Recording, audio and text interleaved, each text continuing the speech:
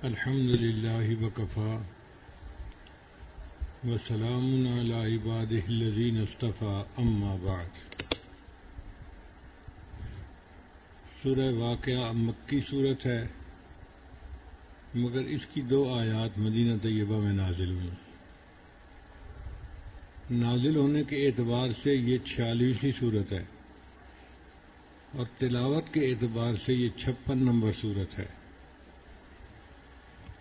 واقعہ قرآن مجید کا لفظ ہے، مگر اردو زبان میں بھی استعمال ہوتا ہے۔ جیسے ہم بات چیت کرتے ہوئے کہتے ہیں فلاں واقعہ پیش آیا، ایک عجیب واقعہ پیش آیا، تو اللہ تعالیٰ فرماتے ہیں اذا وقعت الواقعہ، جب واقعہ ہوئی واقعہ ہونے والی، لیس لوقعتھا کاذبہ، اس کے واقع ہونے میں کوئی جھوٹ نہیں، خافضۃ الرافعہ، وہ پست کرنے والی اور بلند کرنے والی ہوگی۔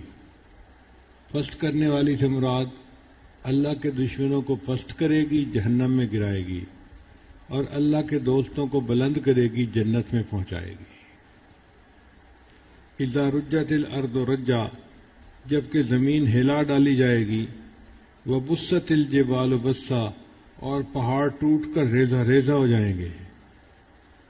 فکانت ہباء منبثا، پھر یہ ریزہ ریزہ جو پہاڑ ہوں گے یہ پراگندہ غبار بن جائیں گے۔ جیسے آندھی میں چھوٹے چھوٹے مٹی کے ذرات اڑ رہے ہوتے ہیں، وہ پراگندہ غبار ہوتا ہے، تو پہاڑ ایسے بن جائیں گے۔ وَكُنْتُمْ أَزْوَاجًا ثَلَاثًا، اور تم 3 گروہوں میں تقسیم ہو جاؤ گے۔ فَأَصْحَابُ الْمَيْمَنَةِ مَا أَصْحَابُ الْمَيْمَنَةِ، پھر دائیں ہاتھ والے کیا خوب ہیں دائیں ہاتھ والے۔ دائیں ہاتھ والے کون ہوں گے؟ نیک لوگ ہوں گے جن کو نام اعمال دائیں ہاتھ میں دیا جائے گا۔ دائیں ہاتھ طاقت میں زیادہ ہوتا ہے عام طور پہ، اور مومنوں کو دائیں ہاتھ میں نام اعمال دیا جائے گا، اور مومن کا جو ایمان کا نور ہوگا نا، یسعی نورہم بین ایدیہم وبایمانہم، وہ ان کے آگے اور ان کے دائیں طرف چلے گا۔ تو اس وجہ سے جو دائیں ہاتھ میں نام اعمال پانے والے لوگ ہوں گے وہ جنتی لوگ ہوں گے۔ وَأَصْحَابُ الْمَشْأَمَةِ مَا أَصْحَابُ الْمَشْأَمَةِ،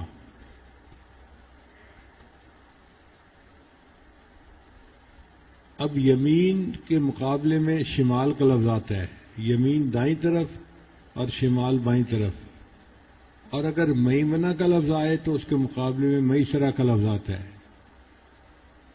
لیکن اللہ تعالیٰ نے یہاں میسرہ کا لفظ استعمال نہیں کیا، مشأمہ کا لفظ استعمال کیا۔ مشأمہ شؤم سے ہے، اس بندے کو کہتے ہیں جو بدبخت ہو، تو اللہ تعالیٰ دوزخیوں کو بدبخت فرماتے ہیں۔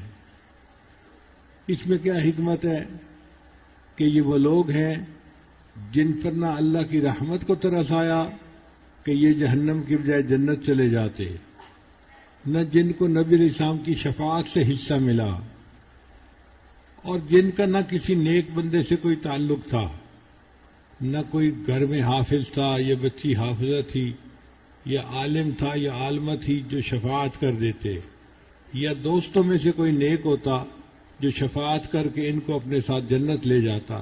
اب جس پر نہ اللہ کی رحمت کو ترس آیا، نہ نبی علیہ السلام کی شفاعت ملی، نہ کسی نیک بندے کے ساتھ اس کا تعلق تھا، اللہ ایسے بندے کو بدبخت فرماتے ہیں۔ یہ بدبخت ہیں جو جہنم میں جا رہے ہیں۔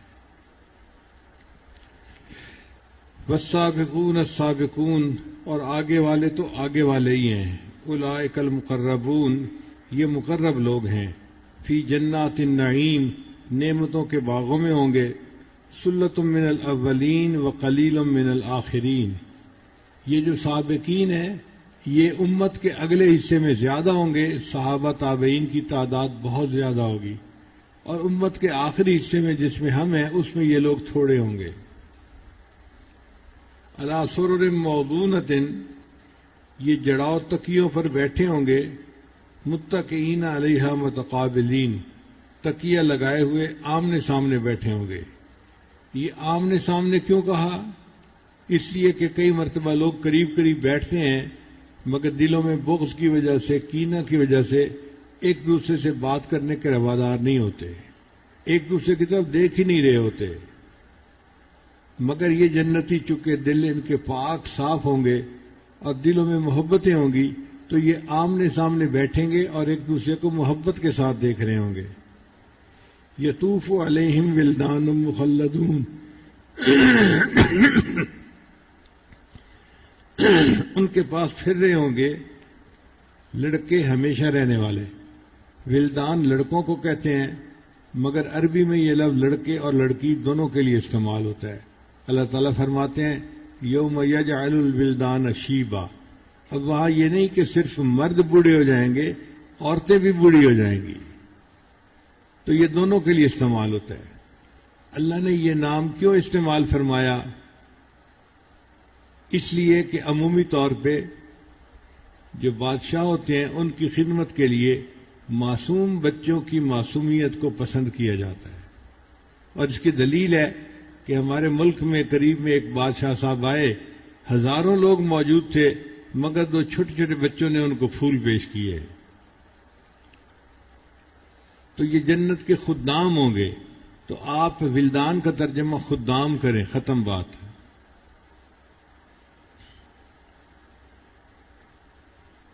بے اکواب و اباریک، ان کے پاس پیالے بھی ہوں گے اور جگ بھی ہوں گے۔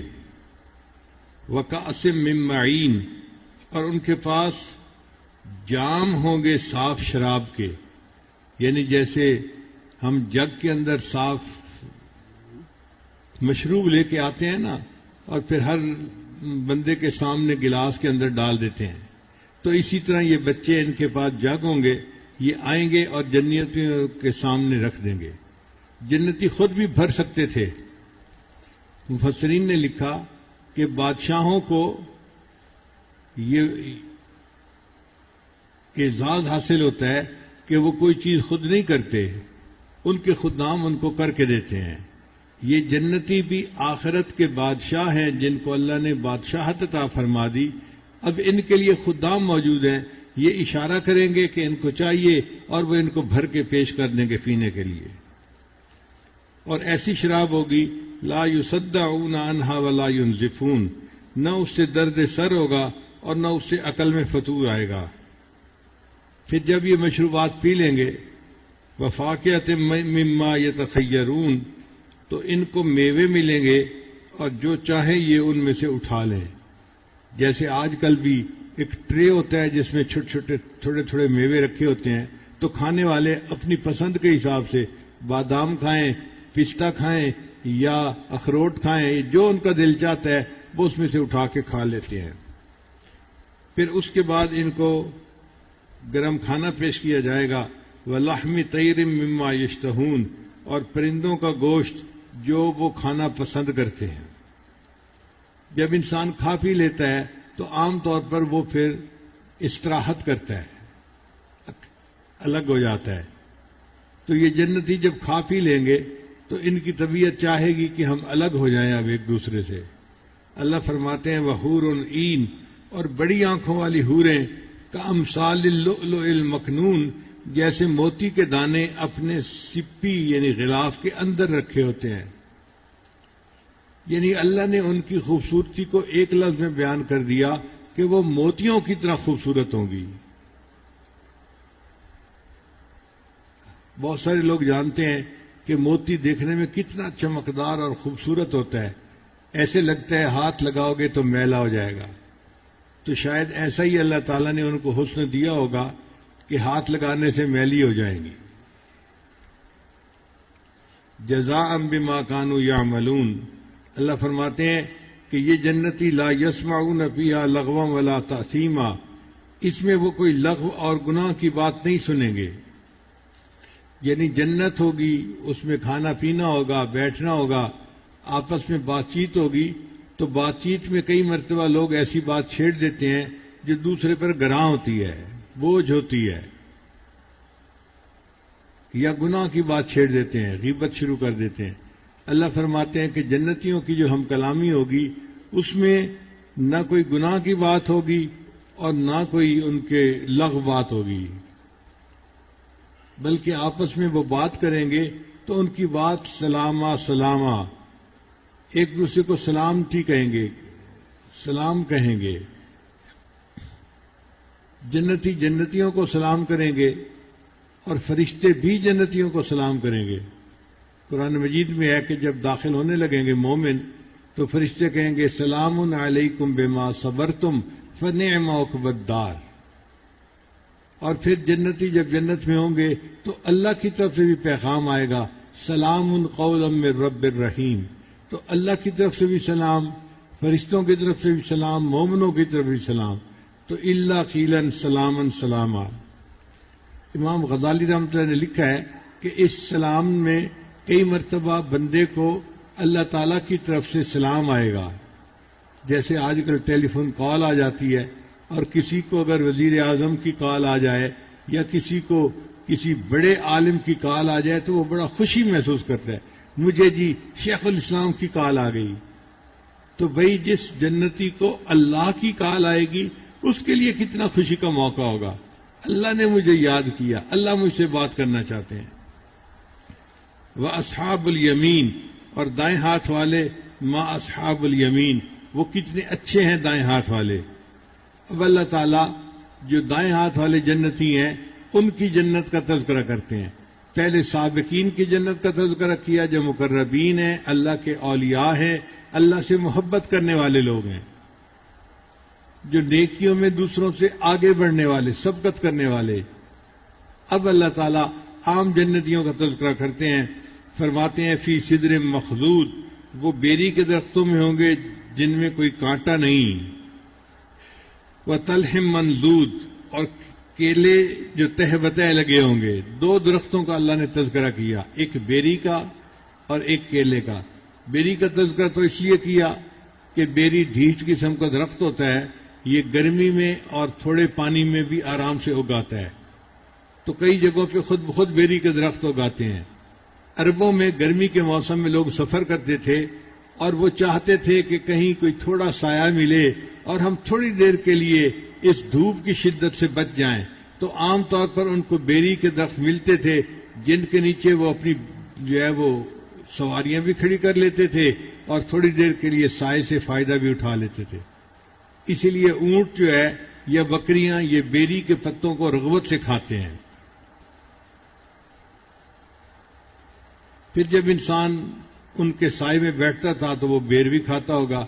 تو بیری گویا عربوں کے نزدیک ایک پسندیدہ درخت کہا جاتا تھا. ہمارے ہاں بھی بیری جو ہے وہ آسانی سے اگاتی ہے اور اکثر ہم نے دیکھا کہ کئی جگہوں پر بیری خود بخود اگی ہوتی ہے. پھر بیری کے پتوں کو بدن کی صفائی کے لیے استعمال کیا جاتا تھا. چنانچہ مسائل کی کتابوں میں ابھی بھی لکھا ہوا ہے کہ اگر کوئی فوت ہو جائے تو اس کو جس پانی سے غسل دینا ہو اس پانی کو گرم کیا جائے اور اس میں بیری کے پتے ڈال دیے جائیں. تو بیری کے پتے فائدے مند ہونے کی وجہ سے وہ ڈال دیے جاتے تھے. آج کل تو شیمپو صابن بن گئے تو بیری کے پتوں کی ضرورت ہی پیش نہیں آتی. تو اللہ نے ان دو درختوں کا تذکرہ کیا، ایک درخت جس کے پتے فائدے مند ہیں، ایک درخت جس کا پھل فائدے مند ہے. اس کا مطلب یہ کہ سارے پھلوں والے اور نعمتوں والے درختوں کا تذکرہ درمیان میں آ گیا. اس کی مثال ایسے ہی ہے، اللہ تعالیٰ فرماتے ہیں رب المشرقین و رب المغربین. اب مشرقین اور مغربین کا اللہ نے تذکرہ کیا اور درمیان کا سارا جہان اس کے ضمن میں آ گیا. تو اللہ نے ایک مورک درخت کا تذکرہ کیا جو پتوں والا تھا اور ایک غیر مورک درخت کا تذکرہ کیا جو پھلوں والا تھا. تو پھلوں اور پتوں والے سارے درخت ان کے درمیان میں آ گئے. دوسری مثال یہ ہے کہ اللہ تعالیٰ نے پھلوں میں یا تو عنب کا تذکرہ کیا ہے آناب کہ ان کو انگور ملیں گے، یا پھر انار کا تذکرہ کیا رمان. وجہ کیا ہے کہ انگور چھوٹا پھل ہے اور رمان بڑا پھل ہے. تو چھوٹے پھل اور بڑے پھل کا تذکرہ کر کے مطلب یہ لے لیا گیا کہ سارے پھل اس کے درمیان میں شامل ہو گئے. وَظِلٍّ مَمْدُودٍ، اور ان کو ایسا سایہ ملے گا جو پھیلا ہوا ہوگا۔ گرمی میں رہنے والے لوگوں کو سائے کی رغبت کتنی ہوتی ہے یہ وہی جانتے ہیں، اور پھر وہ چاہتے ہیں کہ گرمی کی شدت کی وجہ سے ہمیں پانی ملے جو وافر مقدار میں ہو اور ہم اس میں غسل کر سکیں۔ اربوں میں پانی بھر کے لانا پڑتا تھا کنووں سے، تو ان کو کبھی 2 ڈول کبھی 3 ڈول 2-3 ڈول سے اپنا غسل مکمل کرنا ہوتا تھا، تو جسم سیراب نہیں ہوتا تھا، جسم کی یعنی طلب پوری نہیں ہوتی تھی، دل چاہتا تھا وافر پانی ہوتا جو بہایا جاتا۔ اس لیے عربوں کو جب کہا جاتا تھا نا کہ فلاں جگہ پر آبشار ہے جس میں پانی برس رہا ہے، تو وہ پھر شوق سے وہاں جاتے تھے اور نہانے کی کوشش کرتے تھے۔ اللہ فرماتے ہیں وَمَاءٍ مَّسْكُوبٍ، اور ان کو بہتا ہوا پانی ملے گا۔ آج کے دور میں بہتے ہوئے پانی کی مثال ہمارے گھروں میں جو شاور لگی ہوتی ہے وہ ہے۔ ہم جب جاتے ہیں تو ہم لوٹوں سے نہیں نہاتے، بلکہ اکثر لوگوں میں گھروں میں پمپ لگے ہوتے ہیں اور اوپر شاور لگی ہوتی ہے، تو شاور کھول دیتے ہیں، پھر اس کے نیچے جتنی دیر چاہیں بیٹھ کر نہاتے ہیں اور پانی کا مزہ لیتے ہیں۔ تو عربوں کے لیے یہ چیز بہت زیادہ جو ہے پسندیدہ تھی کہ وہ اس چیز کو پسند کرتے تھے۔ پھر اللہ فرماتے ہیں کہ وَفَاكِهَةٍ كَثِيرًا، اور کثرت سے میوے ہوں گے وہاں پر، لا مقطوعۃ ولا ممنوعہ، نہ وہ مقطوعہ ہوں گے ختم ہونے والے ہوں گے اور نہ کوئی روک ٹوک ہوگی۔ مقطوعہ کا کیا مطلب کہ موسم کی وجہ سے پھل ختم ہو جاتے ہیں، جیسے آم کا پھل گرمیوں میں ہوتا ہے سردیوں میں نہیں ہوتا، کوئی کھانا چاہے تو ملتا ہی نہیں، جی سردیوں میں آم نہیں ہوتے۔ کنو کے پھل سردیوں میں ہوتے ہیں گرمیوں میں نہیں ہوتے۔ اگر کوئی آج کل کے دور میں کنو کھانا چاہے تو اس کو نہیں ملے گا، اور جی وہ تو موسم ہی نہیں رہا۔ تو موسم پھلوں کو منقطع کر دیتا ہے۔ جنت میں چونکہ ایک طرح کا موسم رہے گا ہمیشہ، تو وہاں پر پھل منقطع نہیں ہوں گے، جو پھل لگا ہوا ہے وہ ہمیشہ لگا رہے گا۔ تو اللہ فرماتے ہیں کہ ایسے پھل ہوں گے جو مقطوع نہیں ہوں گے اور ممنوع بھی نہیں ہوں گے۔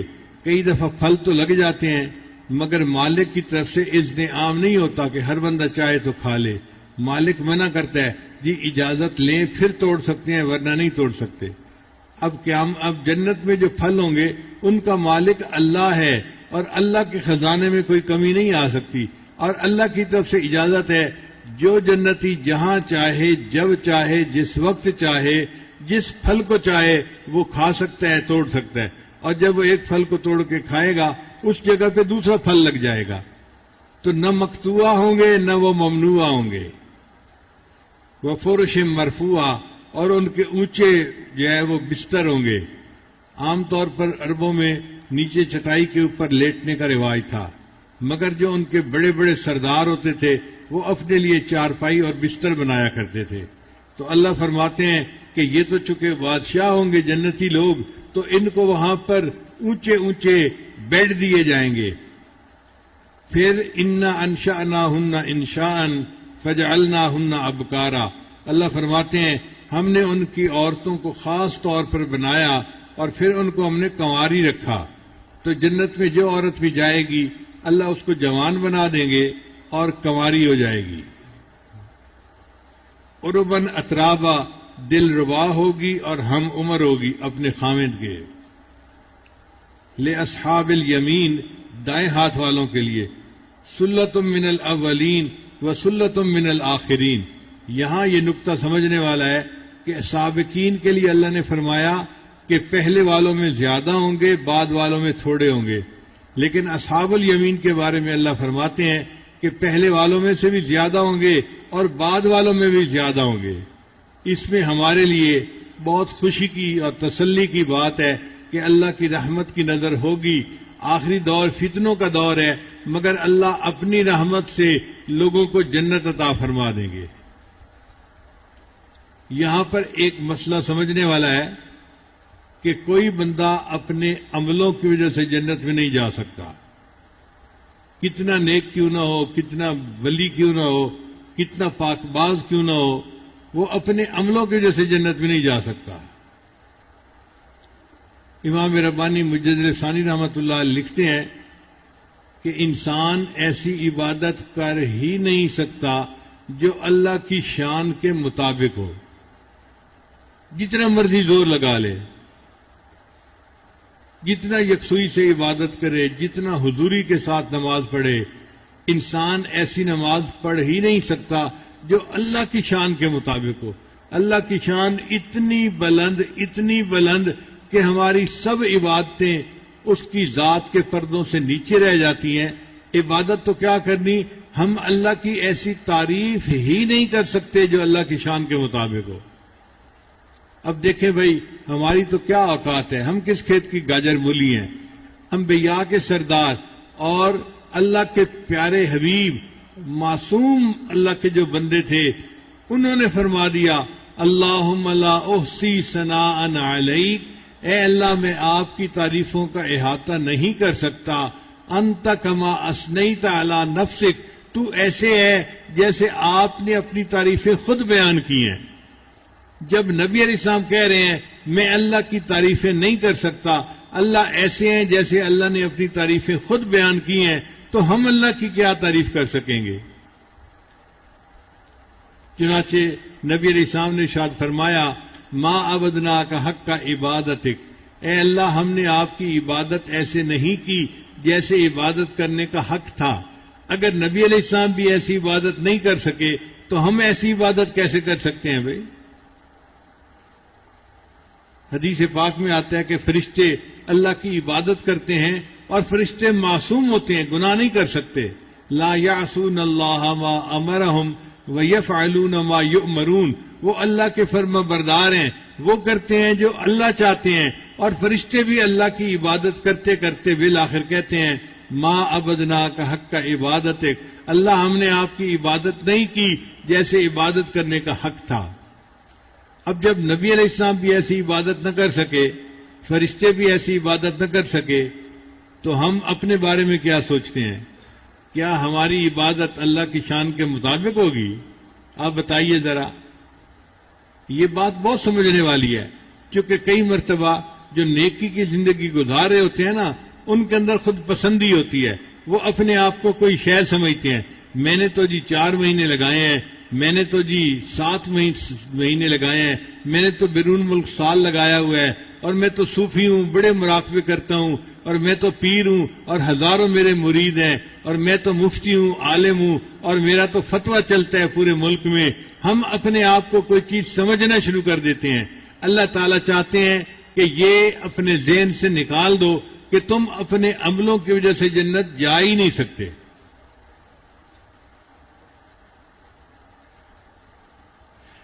عملوں کی وجہ سے جنت کیوں نہیں جا سکتے؟ علماء نے اس کی وجہ بیان کی ہیں۔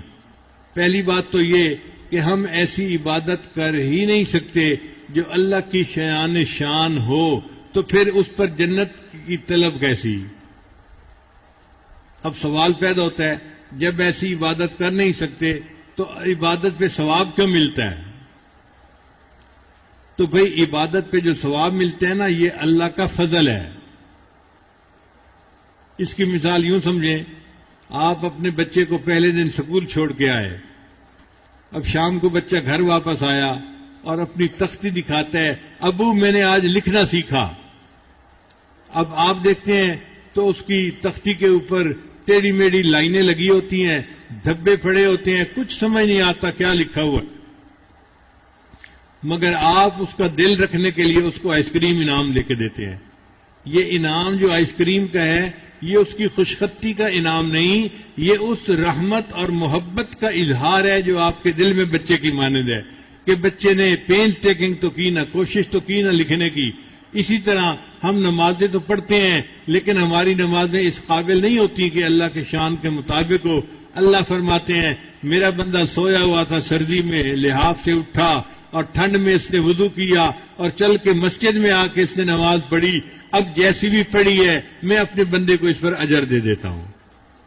تو یہ اجر اللہ کی رحمت کی وجہ سے ملتا ہے، ہماری کوئی عبادت کی کوالٹی ایسی نہیں ہوتی کہ اس پہ ضرور ہمیں اجر ملے۔ اور ویسے بھی اللہ تعالیٰ چاہے تو کسی بندے کے کتنے اچھے عمل کیوں نہ ہو، اللہ ان کو ٹھکرا دے، کوئی اللہ سے پوچھ نہیں سکتا. حدیث مبارکہ میں آتا ہے حضرت عیسیٰ علیہ السلام جا رہے تھے اور ان کے ساتھ ساتھ ایک نیک بندہ جا رہا تھا جو بڑا نیک تھا.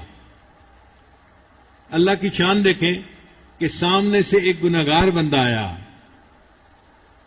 اب اس گنہگار بندے کو دیکھ کر اس نیک بندے کے دل میں نا ایک نفرت پیدا ہوئی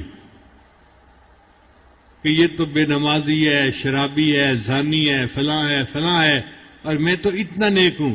تو اس بندے نے، وہ جو نیک بندہ تھا، یہ کہہ دیا اللہ مجھے اس کے ساتھ آخرت میں جمع نہ کرنا، مجھے اس کے ساتھ آخرت میں اکٹھا نہ کرنا.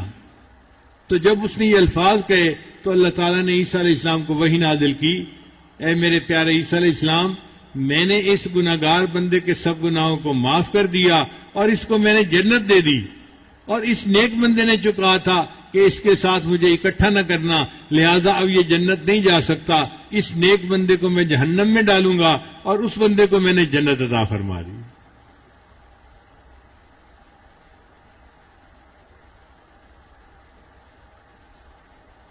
علماء نے لکھا ہے کہ ہمارے جو اعمال ہیں وہ فانی ہیں اور آخرت کی جو نعمتیں ہیں وہ ہمیشہ باقی رہنے والی ہیں.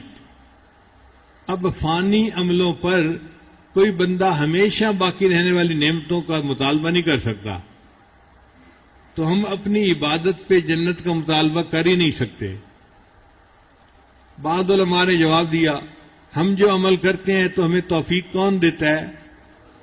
جب توفیق ہی ہمیں اللہ نے دی اور اس کے کرنے کی طاقت بھی ہمیں اللہ نے دی تو پھر ہم اللہ سے اس پر اجرت کا مطالبہ کیسے کر سکتے ہیں؟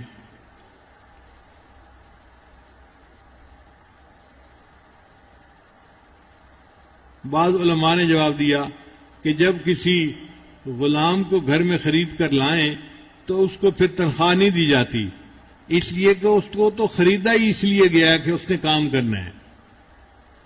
تو جب غلام کو تنخواہ نہیں مل سکتی کہ وہ تو خریدا اس لیے گیا، تو ہمیں تو اللہ نے پیدا ہی اس لیے کیا کہ ہم اللہ کی عبادت کریں. ہم مطالبہ کیسے کر سکتے ہیں اللہ اس عبادت کے بدلے ہمیں جنتیں عطا فرما دے؟ تو جنت ہمیں عملوں کی وجہ سے نہیں مل سکتی، اگر ملے گی تو اللہ کے فضل کی وجہ سے ملے گی. یہ مسئلہ سمجھ میں آ گیا؟ عبادت کی وجہ سے جنت نہیں ملے گی بلکہ اللہ کے فضل کی وجہ سے جنت ملے گی. چنانچہ بخاری شریف کی ایک حدیث ہے کہ بنی اسرائیل میں ایک اللہ کا عاشق تھا. اس نے دیکھا کہ سمندر کے اندر ایک جگہ پہاڑی کا سرا نکلا ہوا ہے، تو وہاں ایسی جگہ ہے کہ جہاں ہر بندہ جا ہی نہیں سکتا. اس نے چاہا کہ میں پہاڑی کی چوٹی پہ کمرہ بناتا ہوں اور میں یہاں اللہ کی عبادت کروں گا، کوئی ڈسٹرب کرنے والا میرے پاس آئے گا ہی نہیں. چنانچہ اس نے وہاں پر کمرہ بنایا اور 400 سال تک اللہ کی عبادت کی. ہمیں تو اعتکاف میں آئے ہوئے ابھی 10 دن بھی نہیں گزرے نا. اس نے 400 سال تک وہاں اللہ کی عبادت کی. پھر اس نے دعا مانگی کہ یا اللہ اگر یہ پاسبل ہے کہ مجھے سجدے کی حالت میں موت آئے تو میری یہ دعا قبول فرما لینا. اللہ نے دعا قبول کر لی اور اس بندے کو نماز کے سجدے کی حالت میں موت آئی.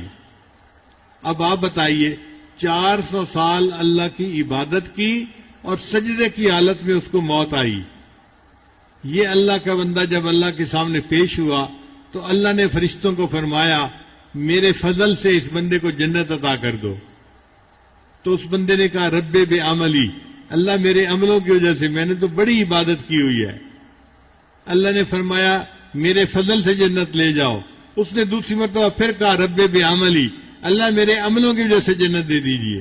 اللہ نے فرمایا اچھا یہ بار بار کہہ رہا ہے کہ میرے عملوں کی وجہ سے، تو فرشتوں اس کے عملوں کا اور جو نعمتیں میں نے دی ہیں ان کا ذرا حساب کر لو.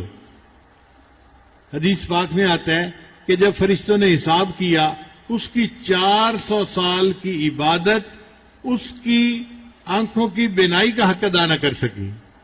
اللہ نے فرمایا میرے بندے تیرے 400 سال کی عبادت میری بینائی کا حق ادا نہ کر سکی، میں نے تو اس کے علاوہ بھی تمہیں نعمتیں دی تھیں، تو بولتا بھی تھا، سنتا بھی تھا، کھاتا پیتا بھی تھا، بیوی سے بھی جو ہے وہ لطف اندوز ہوتا تھا، اولاد بھی تھی، کتنی نعمتیں میں نے تجھے دی، تو نے تو حق ادا نہیں کیا، میرے فرشتوں لے جاؤ اس کو جہنم میں۔ اب جب جہنم کا حکم ہوا نا تو بندے نے رونا شروع کر دیا، اللہ بس اپنے فضل سے جنت دے دیجیے۔ تو اللہ نے اس 400 سال عبادت کرنے والے بندے کو بھی اپنے فضل سے جنت عطا فرما دی۔ چنانچہ نبی علیہ السلام نے ارشاد فرمایا کہ ہر بندے کو اللہ کے فضل سے جنت ملے گی۔ اللہ نے جنت کو پیدا کیا اور فرمایا کہ اے جنت انت رحمتی، تو میری رحمت ہے، ارحم بکی من اشاء، میں تیرے ذریعے سے جس پر چاہوں گا رحم کروں گا۔ تو اللہ اپنے فضل سے، اپنے رحم سے جس کو چاہیں گے جنت دے دیں گے، حقدار کوئی نہیں بن سکتا، کوئی کتنا ہی نیک کیوں نہ ہو، کتنا ہی ایڑی چوٹی کا زور کیوں نہ لگایا ہو، کوئی اپنے عملوں کی وجہ سے جنت میں نہیں جا سکتا، اللہ کے فضل کی وجہ سے جا سکتا ہے۔ اس لیے فرماتے ہیں الثواب فضل والعقاب عدل، یہ یاد کر لیجئے، الثواب فضل والعقاب، اگر اللہ ہمیں جنت عطا فرے تو یہ اس کا فضل ہے، اور اللہ اگر کسی کو سزا دے تو یہ اللہ کا عدل ہے۔ الثواب فضل والعقاب عدل، تو اگر جنت ملے گی تو اللہ کے فضل سے ملے گی۔ اس لیے اپنے عملوں پہ بھروسہ مت کریں، میں نے اتنی تلاوت کی، میں نے اتنی نمازیں پڑھی، میں نے اتنا دین کا کام کیا، میں نے اتنا ذکر اذکار کیا، بھئی جو بھی کیا ہمارے اعمال ہمیں جنت میں نہیں پہنچا سکتے۔ ہمیں جنت میں پہنچنے کے لیے اللہ کی رحمت کی ضرورت ہے، اللہ ہم پہ ترس کھا لے اور اپنی رحمت سے جنت کا فیصلہ فرما دے۔ اس لیے نبی علیہ السلام نے دعا سکھائی کہ یہ دعا مانگا کرو، اللہم مغفرتک اوسع من ذنوبی، اے اللہ تیری مغفرت میرے گناہوں سے زیادہ وسعت رکھتی ہے، ورحمتک ارجا عندی من عملی، اور مجھے اپنے عملوں پہ امید نہیں ہے، آپ کی رحمت پہ امید ہے، آپ کی رحمت ہو گئی تو مجھے بھی جنت مل جائے گی۔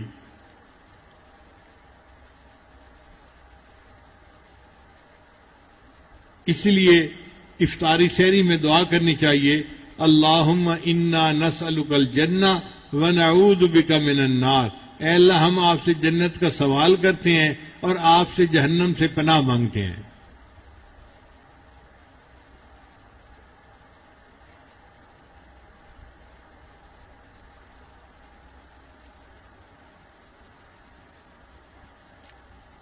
تو اللہ فرماتے ہیں کہ یہ جو دائیں طرف والے ہوں گے، سلتم من الاولین، اگلوں میں بھی بہت بڑا گروہ ہوگا صحابہ تابعین میں سے، وسلتم من الآخرین، اور پچھلوں میں بھی ایک بڑا گروہ ہوگا جنت میں جانے والا، یعنی جو رعایتی پاس ہوں گے نا قیامت کے دن، ان میں سے انشاءاللہ ہم میں سے بہت سارے لوگ ہوں گے۔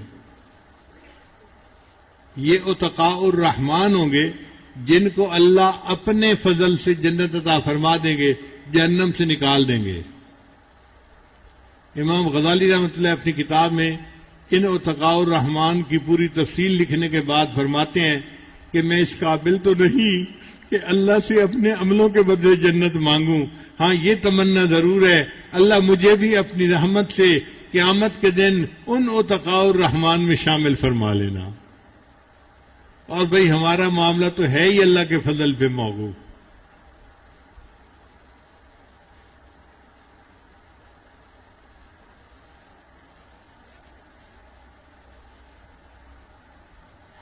پھر اس کے بعد اللہ نے دوزخیوں کا تذکرہ فرمایا، وَأَصْحَابُ الشِّمَالِ مَا أَصْحَابُ الشِّمَالِ، اور بائیں ہاتھ والے اور کیسے برے ہیں بائیں ہاتھ والے، فی سموم وحمیم، وہ آگ میں ہوں گے اور کھولتے ہوئے پانی میں ہوں گے، وَظِلٍّ مِّن یحموم، اور سیاہ دھوئیں کے سائے میں ہوں گے۔ جب بندہ آگ یا پانی میں ہو نا، لو ہو اور گرمی ہو، تو بندہ سائے کی تلاش کرتا ہے۔ اللہ فرماتے ہیں ان کو سایہ بھی ملے گا تو کالے دھوئیں کا بادل ہوگا، اور کالے دھوئیں کے بادل میں انسان کو سانس نہیں آتی، کیونکہ اس میں آکسیجن نہیں ہوتی، وہ CO2 ہوتی ہے، تو الٹا سانس گھٹتا ہے وہاں جا کے۔ تو اللہ فرماتے ہیں ایک تو جہنم میں ہوں گے، کھولتا پانی اور آگ ہوگی، اور یہ پھر سائے کی تلاش کریں گے تو سایہ بھی ان کو کالے بادل کا ملے گا جو سیاہ دھوئیں کا ہوگا. لا بارد ولا کریم، نہ وہ ٹھنڈا ہوگا نہ ان کو راحت پہنچانے والا ہوگا. انہم کانوا قبل ذالک مترفین، یہ اس سے پہلے دنیا میں بڑے امیر لوگ تھے، خوشحال لوگ تھے. وکانوا یصرون علی الحنث العظیم، اور یہ بھاری گناہ کے اوپر اصرار کرتے تھے. وکانوا یقولون، وہ بھاری گناہ کیا تھا کہ یہ کہتے تھے اذا متنا وکنا ترابا، جب ہم مر جائیں گے اور ہم مٹی بن جائیں گے، ہڈیاں بن جائیں گے، انا لمبعوثون، تو کیا قیامت کے دن ہم دوبارہ زندہ ہو جائیں گے؟ یعنی ان کو قیامت کے دن دوبارہ زندہ ہونے کے اندر شک تھا. یہ ایک گناہ تھا جو وہ کرتے تھے، اور اللہ فرماتے ہیں اس لیے ان کو جہنم میں ڈالا گیا. اللہ اس کا جواب دیتے ہیں اوا آباؤنا الاولون، کہ وہ کہیں گے کیا ہمارے اگلے باپ دادا بھی اٹھا دیے جائیں گے؟ اللہ فرماتے ہیں کل کہہ دیجئے ان الاولین والآخرین، بے شک اگلے اور پچھلے سب لمجموعون، جمع کیے جائیں گے الی میقات یوم معلوم، قیامت کے دن جو مقررہ وقت ہے. ثم انکم ایھا الضالون المکذبون، پھر تم اے بھٹکے ہوئے اور جھٹلانے والے لوگوں، لآکلون من شجر من زقوم، تم کھاؤ گے زقوم کے درخت کو، پودے کو، پھل کو. زقوم کا پھل ہوتا ہے جیسے کھیرا ہوتا ہے اس ٹائپ کا، مگر اس کے اوپر کانٹے بھی ہوتے ہیں، اور وہ کڑوا اتنا ہوتا ہے کہ آج آپ چکھیں تو 2 دن تک اس کی کڑواہٹ نہیں جاتی. اس کڑوے اور کانٹے والے پھل کو کھانے کے لیے دیا جائے گا، مگر بندے کو بھوک کتنی لگی ہوگی کہ وہ اس کو کھانا کھائے گا. اب جب کھائے گا تو اس کے کانٹے حلق میں چگیں گے اور بندے کے گلے میں چوکنگ ہو جائے گی، نہ اگلتے بنے گی نہ نگلتے بنے گی. اب جب چوک ہو جائے نا گلا تو بندہ فوراً پانی مانگتا ہے کہ بھئی پانی دو. اللہ فرماتے ہیں جب کھانے سے ان کا گلا چوک ہو جائے گا تو پھر یہ پانی مانگیں گے تو ان کو ہم ٹھنڈا پانی پینے کے لیے نہیں دیں گے. فشاربون علیہ من الحمیم، پھر ان پر کھولتا ہوا پانی دیا جائے گا پینے کے لیے. فشاربون شرب الہیم، پھر یہ پیاسے اونٹ کی طرح اس گرم پانی کو پئیں گے. پیاسے اونٹ کو جب پانی ملتا ہے نا تو بڑی آواز سے جو ہے اس پانی کو پیتا ہے، یعنی بڑے بڑے گھونٹ بھرتا ہے. اللہ فرماتے ہیں اتنی پیاس ہوگی کہ یہ پیاسے اونٹ کی طرح اس گرم پانی کو پی رہے ہوں گے. یہ کہہ کے اللہ فرماتے ہیں ھذا نزلہم یوم الدین، یہ ان کی مہمان نوازی ہوگی قیامت کے دن جو اللہ فرمائیں گے.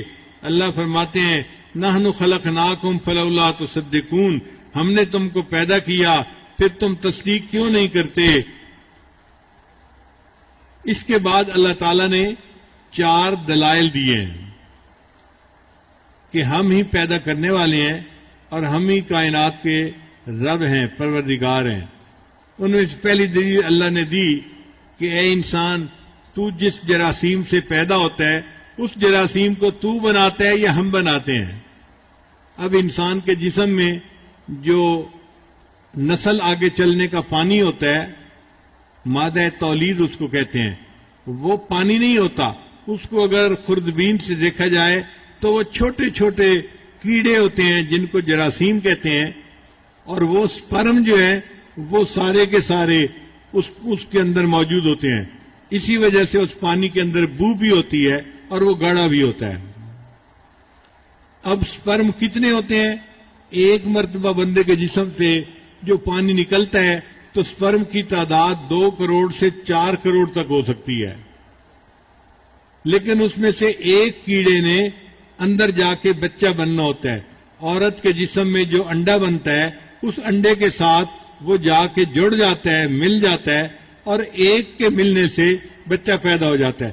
اگر 2 سپرم 2 انڈوں سے مل جائیں تو جڑواں بچے پیدا ہوتے ہیں، اور اگر 3 مل جائیں تو 3 بچے پیدا ہوتے ہیں. اب تعداد کتنی ہے سپرم کی؟ 4 کروڑ، اور انڈے بھی کروڑوں کی تعداد میں اندر ہوتے ہیں.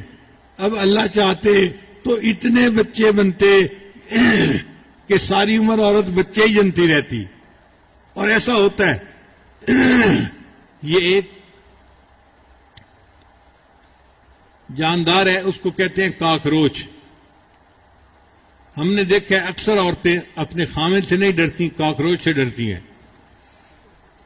اس کی ٹانگیں بھی لمبی لمبی ہوتی ہیں اور وہ دیکھنے میں بھی بڑا خوفناک قسم کا ہوتا ہے اور وہ بڑی ڈھیٹ قسم کی چیز ہے. کاکروچ کے بارے میں کتابوں میں لکھا ہے کہ جب امریکہ نے جاپان کے اوپر ایٹم بم پھینکا تو ایٹم بم میں ہر جاندار چیز مر گئی سوائے کاکروچ کے. یہ کاکروچ ایٹم بم کے شعاؤں میں بھی نہیں مرا. یہ اتنا ڈھیٹ جانور ہے. اور دوسرا یہ کہ کاکروچ جو ہے نا، اس کا نر اپنی مادہ کے ساتھ زندگی میں صرف ایک دفعہ ملتا ہے، ایک دفعہ ملاپ کرتا ہے. اس کے بعد مادہ پوری زندگی بچے دیتی رہتی ہے. تو اگر کاکروچ میں ایک دفعہ ملنے کے بعد ساری زندگی مادہ بچے دیتی رہتی ہے تو اللہ انسانوں میں بھی ایسا بنا سکتے تھے کہ ایک مرتبہ خاوند ملے اور ساری عمر عورت جو ہے وہ بچے ہی جنتی رہے. مگر اللہ نے ایسا نہیں کیا. اللہ نے ایسا نظام بنایا کہ ایک سپرم جو ہے نا، وہ جب جا کے انڈے کے ساتھ مل جاتا ہے تو اس کا سگنل پورے جسم میں چلا جاتا ہے کہ ایک سپرم اپنے مقصد میں کامیاب ہو گیا. تو اس کے بعد ایسی تبدیلی آتی ہے کہ پھر سپرم انڈوں کی طرف نہیں جاتے بلکہ ان سے دور ہونے شروع ہو جاتے ہیں. تو ایک ہی بچہ ہونے کا اللہ نے یہ طریقہ بنا دیا. پھر دیکھیے کہ بچہ جب پیدا ہوتا ہے تو اس کو ماں کے پیٹ میں کون پیدا کرتا ہے؟ اللہ پیدا کرتا ہے. انسان تو کچھ نہیں کر سکتا. پہلے وہ پانی کا قطرہ ہوتا ہے، پھر 40 دن کے بعد خون کا قطرہ بن جاتا ہے، پھر اگلے 40 دن کے بعد گوشت کا لوتھڑا بن جاتا ہے، پھر اس کے اگلے 40 دن کے بعد اس میں ہڈیاں بننی شروع ہو جاتی ہیں. 40 دن کے بعد اس کے اندر تبدیلی آتی رہتی ہے حتیٰ کہ اس کے اندر روح پھونک دی جاتی ہے. اور اللہ جس فرشتے کو بھیجتے ہیں روح پھونکنے کے لیے، وہ فرشتہ 3 چیزیں لکھ دیتا ہے. دنیا میں اس کا رزق کتنا ہوگا یہ لکھ دیا جاتا ہے، یہ نیک ہوگا یا بد ہوگا یہ لکھ دیا جاتا ہے، کتنی زندگی دنیا میں پائے گا یہ لکھ دیا جاتا ہے. یہ 3 چیزیں پیدا ہونے سے پہلے لکھ دی جاتی ہیں کہ کتنا وقت دنیا میں گزارنا ہے اور اس سے واپس جانا ہے. یہ پہلے ہی لکھ دیا جاتا ہے. پھر وہ بچہ پیدا ہوتا ہے اور پھر وہ اپنے رب کے بارے میں باتیں کرنی شروع کر دیتا ہے کہ میں رب کو نہیں مانتا، یہ کائنات کو کسی نے پیدا نہیں کیا، یہ کائنات خود بخود پیدا ہو گئی، اور میں تو جی ڈارون تھیوری کو مانتا ہوں، اور میں تو سروائیول آف فٹیسٹ،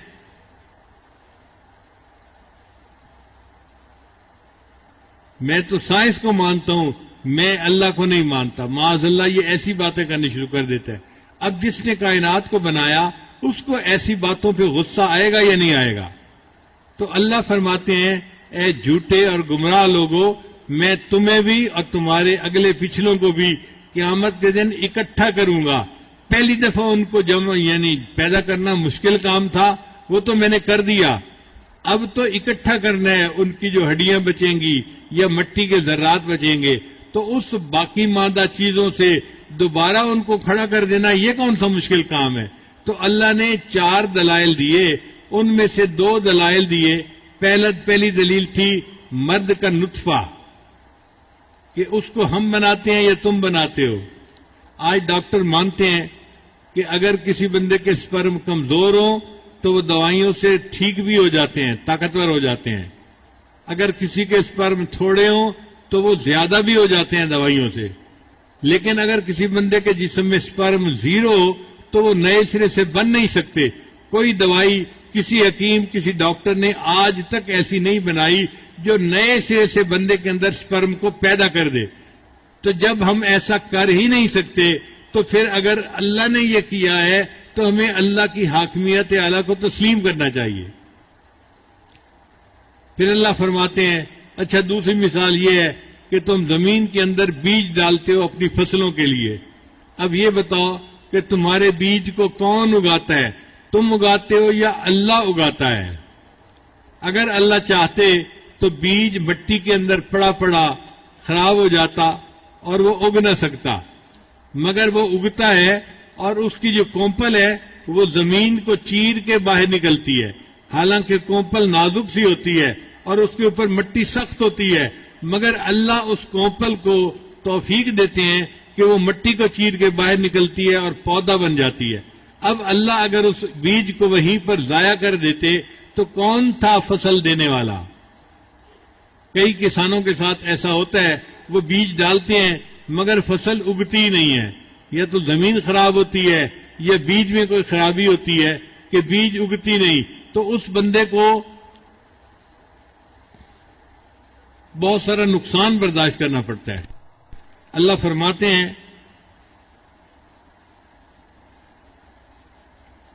افرأیتم ما تمنون، کیا تم نے غور کیا اس چیز پر جو تم ٹپکاتے ہو؟ اانتم تخلقونہ ام نحن الخالقون، کیا تم اس کو بناتے ہو یا ہم ہیں بنانے والے؟ نحن قدرنا بینکم الموت وما نحن بمسبوقین، ہم نے تمہارے درمیان موت مقدر کی ہے اور ہم سے پہلے کوئی نہیں تھا، سب سے پہلے ہم تھے۔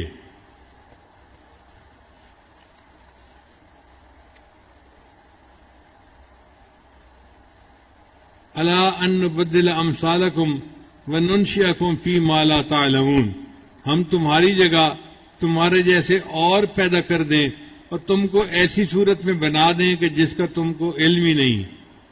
وَلَقَدْ عَلِمْتُمُ النَّشْأَةَ الْأُولَىٰ فَلَوْلَا تَذَكَّرُونَ، تم پہلی پیدائش کو جانتے ہو پھر کیوں سبق نہیں لیتے، کیوں نہیں سبق سیکھتے؟ أَفَرَأَيْتُم مَّا تَحْرُثُونَ، کیا تم نے غور کیا اس چیز پر جو تم بوتے ہو؟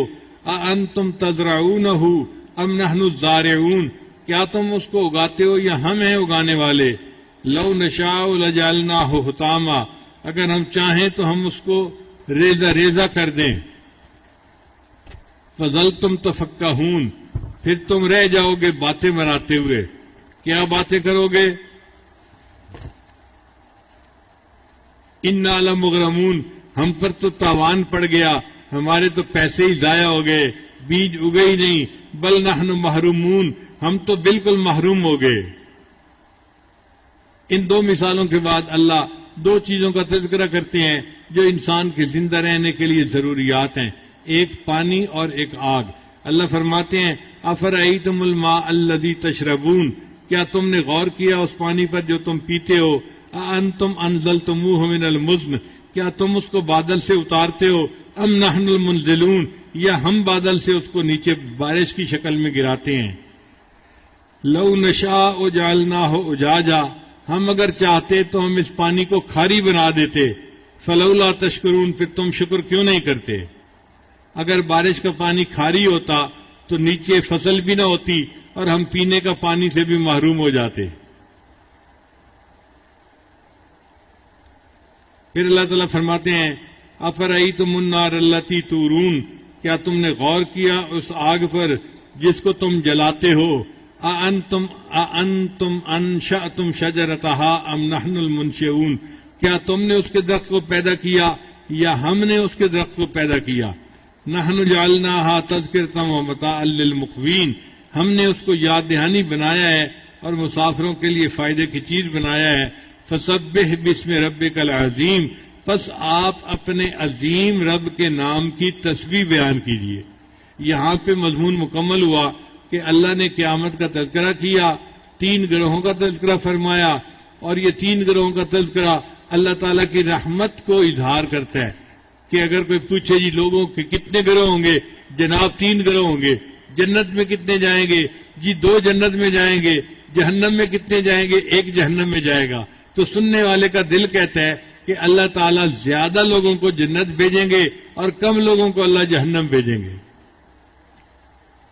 پھر ان میں سے اللہ نے سابقین کا تذکرہ کیا، اس کے بعد اصحاب الیمین کا تذکرہ کیا، اور اس کے بعد اللہ تعالیٰ نے بنیادی بات بتائی کہ جو لوگ قیامت کے منکر ہیں، دوبارہ زندہ ہونے کے منکر ہیں، وہ یہ بتائیں کہ ان کو کس نے پیدا کیا۔ اگر کوئی کہے کہ ہم خود پیدا ہو گئے تو اللہ تعالیٰ فرماتے ہیں کہ نہیں، سب سے پہلے تو ہم تھے، ہم نے مخلوق کو پیدا کیا، ہم سے پہلے کوئی نہیں تھا۔ پھر اللہ تعالیٰ نے 4 مثالیں دی ہیں. پہلی مثال انسان کے نطفے کی دی ہے کہ بتاؤ کہ اب بچہ پیدا ہوتا ہے تو وہ بچے کے لیے نطفہ جو ہے وہ ہم بناتے ہیں یا تم بناتے ہو؟ تو وہ تو اللہ ہی بناتے ہیں. پھر اللہ فرماتے ہیں تم جو دنیا کے اندر زراعت کرتے ہو تو اس کے بیج کو تم اگاتے ہو یا ہم اگاتے ہیں؟ تو اللہ ہی اگاتے ہیں. اگر اللہ اس کو نہ اگائیں تو وہ بیج مٹی کے اندر پڑا پڑا گل جائے، سڑ جائے، ضائع ہو جائے اور اگے ہی نہ، اور ہمارے اوپر اس کا قرضہ بھی چڑھ جائے اور ہمیں فائدہ بھی کوئی نہ ہو. پھر اللہ نے پانی اور آگ کا تذکرہ کیا کہ بارش سے جو پانی برستا ہے تم برساتے ہو یا ہم برساتے ہیں. اگر ہم اس پانی کو کھاری بنا دیتے تو تمہارا کیا حال ہوتا؟ فیصل آباد میں پانی کھاری ہے تو زمین کا پانی نکال کے نہیں پی سکتے. وہاں پہ بوتلوں کا پانی جو باہر سے آیا ہوا تھا بس وہی پیتے ہیں. جب زمانہ بوتلوں کا نہیں تھا، ہم بچپن میں تھے تو ہم جانتے تھے کہ بعض لوگ فیصل آباد سے جھنگ آتے تھے پانی لینے کے لیے اور یہاں سے پانی کے برتن بھر کے فیصل آباد جاتے تھے.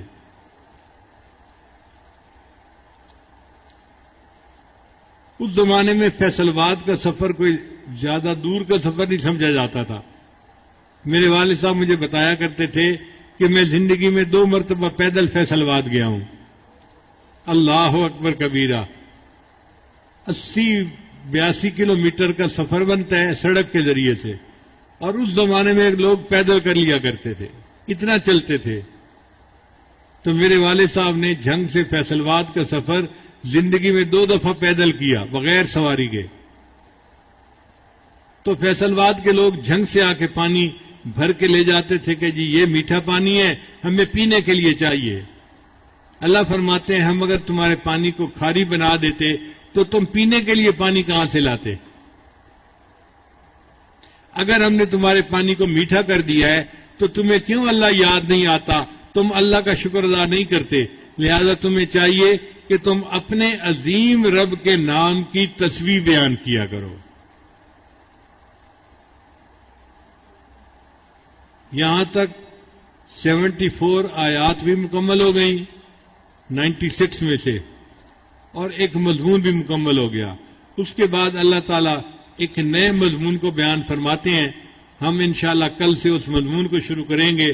اللہ تعالیٰ میں قرآن مجید کو سمجھنے کی، پڑھنے کی توفیق عطا فرمائے.